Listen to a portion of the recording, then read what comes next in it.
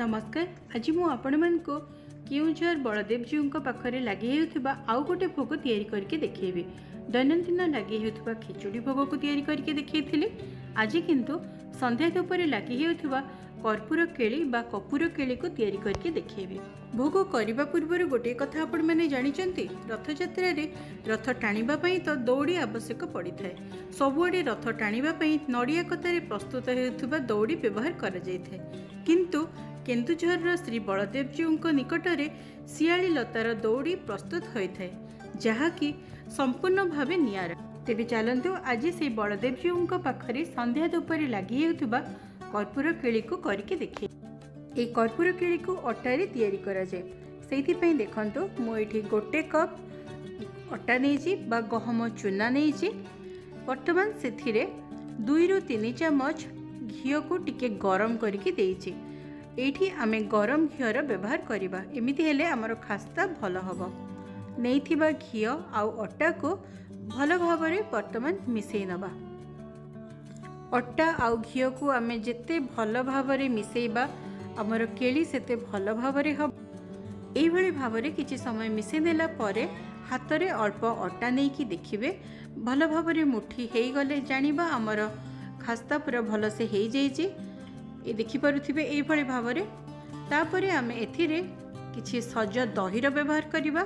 जेहेतु अधिक घीरे यहाँ मिसाई दही सेमती बेसी लगनी, अल्प अल्प दही देकी देखिए। ये पाखापाखि 1/4 कप रु भी अल्प दही लगिला। तापर ताकू भल भाव में गोटे शक्त अटा चकटिला भाया चकटी नवा। देखिपे थाली रे मध्य किछि भी लगिनी, पूरा सब भल भाव में केमती मिसी जाइए। दही भी बेसी दरकार हेलानी।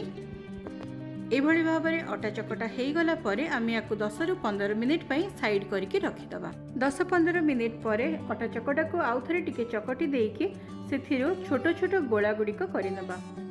गोला गुड़िक बेसी बड़ करेनि, एकदम छोट छोट करेले एटा भल हम। यही भाव में देखंतु आम गोला करवा। मो सबुतक गोला एबे करि नेछि। एबे याको आम घीरे छाणीबा। सेथिपई गोटे जगार घी को गरम करदबा। घी को बेसी गरम करेनि, जितेबाला टिके हल्का उषुम ही आसीबो, माने अल्प आंचरे ही आम ए गोला गुड़ी को छाणी नबा। मझिरे मझिरे टिके तल उपर कर दउथिबे। एमिति हेले सबु जाक पूरा भल भाव में सुनेली रंग मध्य हबो। किछि समय याको भाजिला परे देखिबे जेतेबेले सुनेली रंग आसी जाइछि, सेतेबेले आम याको चुली रू काढ़ी नबा। किंतु चुलीर आंच को पूरा अल्प रखिकी ही याको छाणीबे। अल्प आंचरे छाणी थिबारु बेस खास्ता भी थिला, एटा टिके फाटी फाटी जाइछि। एगुडी को एबे ठंडा हवा को रखीदेवा। तापरे गोटे जगार मो पाखापाखि गोटे ग्लास हब क्षीर को गरम कर नेइछि। क्षीर गरम हवा पई बसे देकी केते मीठा दरकार से हिसाब रे कम कि बेसी चीनी आपण माने देबे। मो एठी पाखापाखि आधा कप रु टिके बेसी हब चीनी देइछि। एबे चीनी को एवं क्षीर को भल भाव में मिसेईकी याको फुटिबा को छाड़ी दबा। एथिरे देखिबे जेतेबेले हल्का फुट आसीजिबो सेतेबेले आमे जो केली गुड़िक छाणिकी रखिथिलो ताकू दे दबा। सबु जिनस को पूरा भल भाव में मिसे देला परे पुणी आउथरे याको फुटिबा को रखिदबा। ए कर्पूर केली पूर्वर लोक माननको मिलु नथिला। यह भोग लागिला परे सीधा राजांक पाखको ही जाउथिला, काहेकि ना एटा राजांकर ही प्राप्य थिला। किंतु परवर्ती समय रे राजा को अनुमति नेला परे याको जनसाधारण मानक पई बिक्री मध्य करागला। सेथिपई आमको एबे कर्पूर केली मध्य सहजरे मिली जाउचे। एबे देखि पारुथिबे एटा बेस बहलिया ही जाइछि। एबे मु चुली को बंद कर दउछि। शेषरे इथिरे किछि गोलमरीच, अलैच एवं श्रीकर्पूर को कुंड करके ऊपर दे दबा। पुणी आउथरे सब जिनस को भल भाव में मिसी देला परे याको ठंडा हवा को रखीदबा, जेमिति कि केली आउ क्षीर पूरा भल भाव में मिसी जिबे। तेणु मुझे याको किछि समय पई ठंडा हवा को रखी देइछि। ठंडा हैला परे एठी देखंतु आपण मानकु देखैछि, ये हेउछि से कर्पूर केली।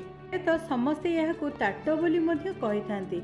यार अन्य नाम किंतु ताट नुहे, बरं गोटे जगार एकत्र किछि भोग बढ़ा जाई लागि हेबाकु जाइथाय। जेउथिरे याको रखी नेई थांती ताकू ताट बोली कहा जाय। आउ एई ताट मध्यरे थाए काकेरा 4टी, खीरी गोटे, कर्पूर केली 3टी, झिल्ली 3टी ଏବଂ ମନୋହର 3ଟି। ଏହି ସବୁ ଭୋଗକୁ एकत्र ଭାବରେ ଯେଉଁଥିରେ ରଖାଯାଇଥାଏ ବା ବଢ଼ାଯାଏ ତାକୁ ହିଁ ତାଟ ବୋଲି କୁହାଯାଏ। କିନ୍ତୁ ଏହି ଭୋଗର ନାମ ହେଉଛି କର୍ପୂର ଖେଳି, ଯାହାକି କେଉଁଝର ଶ୍ରୀ ବଳଦେବଜୀଉଙ୍କ ନିକଟରେ ସନ୍ଧ୍ୟାରେ ଲାଗି କରାଯାଇଥାଏ।